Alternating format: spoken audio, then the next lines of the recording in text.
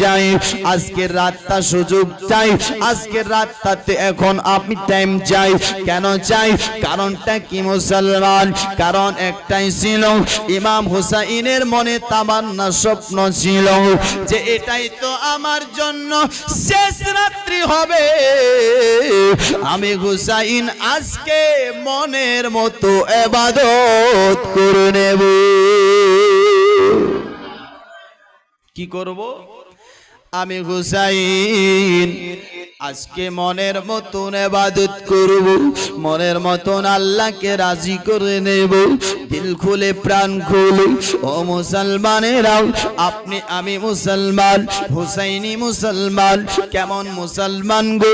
আজ আপনি লক্ষ্য করে দেখুন কারবালার ময়দানে ও বাবাজিরা, ইমাম হুসাইন আপনার চতুর্দিকে 22,000 তলোয়ার চকচক করতেছে, আপনার তলোয়ারের ঝলক আপনার হুসাইনের কে লাগছে, কিন্তু ইমামে হুসেন 22,000 তলোয়ারের মাঝখানে আপনার রাতটা চাচ্ছে আল্লাহকে রাজি করার জন্য, কিন্তু আপনি সে হুসাইনের জলসা করতেছেন, সে হুসাইনের জলসা করি হুসাইনের আশিক সেজে আপনার আমার নামাজ নাই।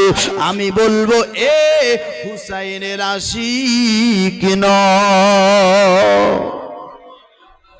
কি যে নামাজ ছেড়ে দেয় ও কেমন হুসাইনের আশিক, যে নামাজ ছেড়ে দেয় ও কেমন হুসাইনের প্রেমিক। মুসলমান ভাইরা বাবাজিরাও, যাই হোক না কেন, তবে রাতটা টাইম দেওয়া হয়েছিল, সুযোগ দেওয়া হয়েছিল। ও মুসলমান, ইমামে হুসাইন সুযোগ পেল, তারা টাইম দিল।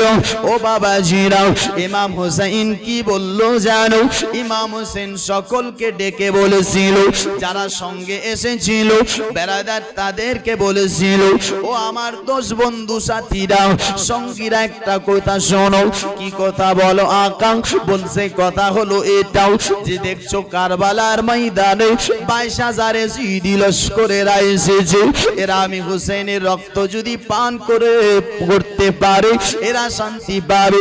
যতক্ষণ পর্যন্ত আমি হুসাইনকে কতল শহীদ করবে না, ততক্ষণ পর্যন্ত এরা এখান থেকে যাবে না। আমি শহীদ হয়ে গেলে সব ঝামেলা শেষ হয়ে যাবে। এরা শুধু আমার জন্য এসেছে, তোমরা তোমাদের জন্য নয়। তাই আমি হুসেন বলতে চাই, তোমরা আজ রাত্রে বেলা যে যেখানে পারো নিজ নিজ দেশে চলে যাও, নিজ নিজ বাড়িতে চলে যাও। এ মুসলমান, তারা শুনতে নাই গো, তারা বলেছিল কি জানো? তারা বলেছিলেন আকাম এই